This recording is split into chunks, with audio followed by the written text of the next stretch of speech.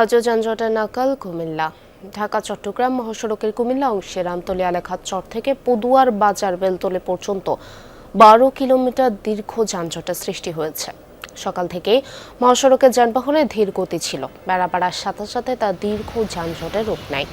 Highway police জানিয়েছে, মহাসড়কের আমতলী এলাকায় ঢাকামুখী অংশ দীর্ঘদিন ধরেই খানাখন্দে ভর্তি। গতকাল সেখানে এক দফা অস্থায়ী সংস্কার কাজ হয়। পুরোপুরি সংস্কার কাজ শেষ হলে যান চলাচলও স্বাভাবিক হয়ে আসবে বলে জানিয়েছেন পুলিশ। এদিকে দীর্ঘ যানজটের কারণে চরম দুর্ভোগে পড়েছে যাত্রী ও চালকরা।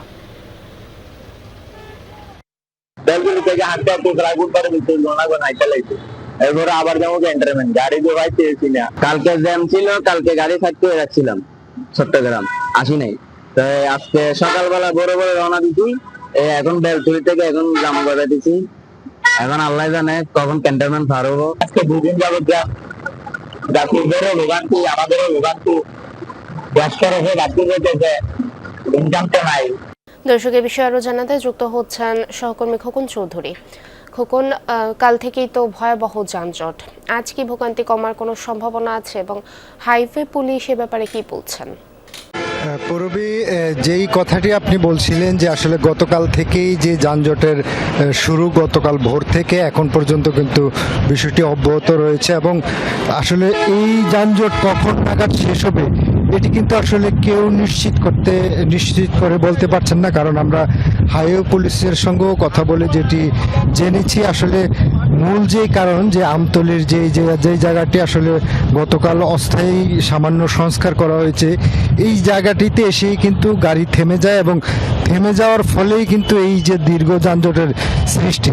ফলে ওই জায়গাটি যতক্ষণ পর্যন্ত আসলে স্থায়ী সমাধান না হবে কিংবা এই যে সময়টি লাগবে এই জায়গাটি সমাধান করতে, ওই সময়ে বিকল্প কোনো ব্যবস্থা না নিলে এই যানজট কিন্তু আসলে সহসায় কমে আসবে বলে এটি হাইওয়ে পুলিশ মনে করছেন না। হাইওয়ে পুলিশের পক্ষ থেকে কিন্তু তারা আপ্রাণ চেষ্টা করছেন যে এই যে হাজার হাজার গাড়ি, এগুলো আসলে তারা নিয়ন্ত্রণে অনেকটা হিমশিম অবস্থা খাচ্ছেন। তারা কিন্তু এক জায়গায় নেই, বিভিন্ন স্তরে বিভিন্ন জায়গা থেকে কিন্তু তাদের দায়িত্ব পালন করে আসছেন।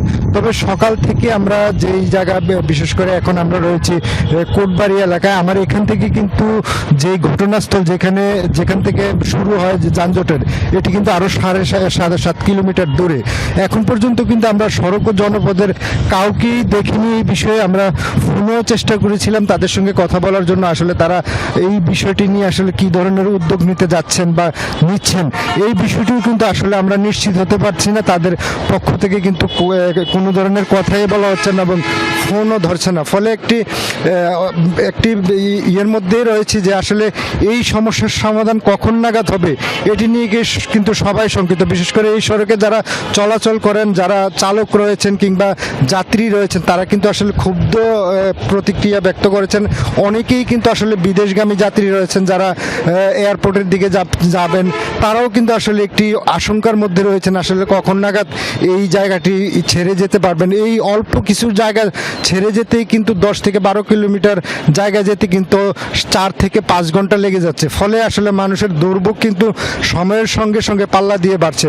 তো কাজেই আসলে এখন পর্যন্ত আমরা সংশ্লিষ্ট সকলের সঙ্গে কথা বলে যেহেতু নিশ্চিত হয়েছি, তারা কিন্তু এখনো নিশ্চিত না আসলে কখন নাগাদ এই সমস্যার সমাধান হবে। পূর্বে অনেক ধন্যবাদ খোকন আমাদের সাথে যুক্ত হওয়ার জন্য।